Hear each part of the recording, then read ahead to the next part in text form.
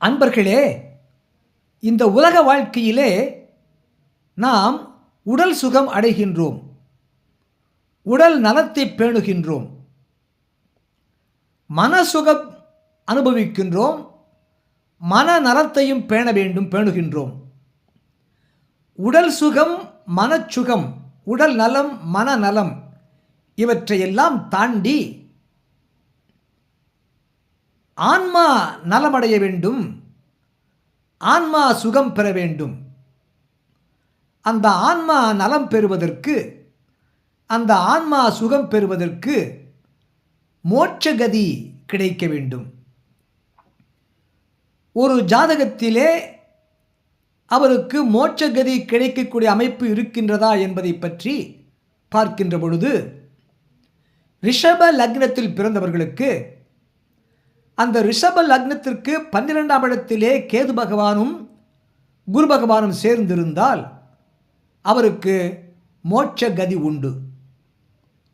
அல்லது அந்த ரிஷப லக்னத்திற்கு 12ஆம் இடத்திலே கேது இருக்க, லக்னத்திற்கு 4ஆம் இடத்திலோ அல்லது 6ஆம் இடத்திலோ அல்லது 8ஆம் இடத்திலோ குரு பகவான் இருந்தால் அவருக்கு மோட்ச கதி உண்டு.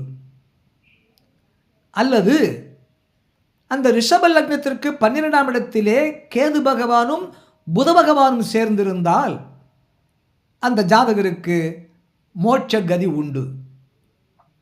அல்லது அந்த ரிஷப லக்னத்திற்கு 12ஆம் இடத்திலே கேது பகவானும்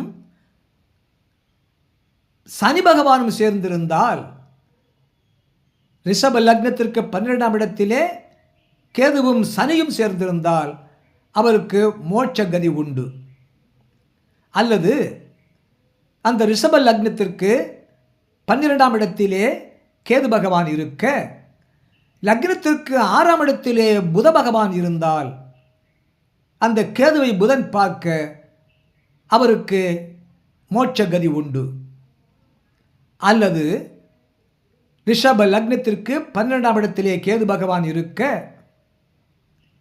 லக்னத்திற்கு 3ஆம் இடத்திலோ அல்லது 6ஆம் இடத்திலோ அல்லது 10ஆம் இடத்திலோ சனி பகவான் இருந்தால் அந்த கேதுவை அந்த 9ஆம் இடத்துக்கு அதிபதியாகிய சனி பகவான் பார்க்க அந்த ரிஷப லக்னக்காரர்களுக்கு மோட்ச கதி உண்டு.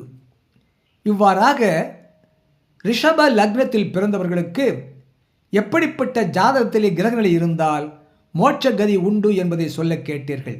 ரிஷப லக்னத்திற்கு மோட்ச கதி.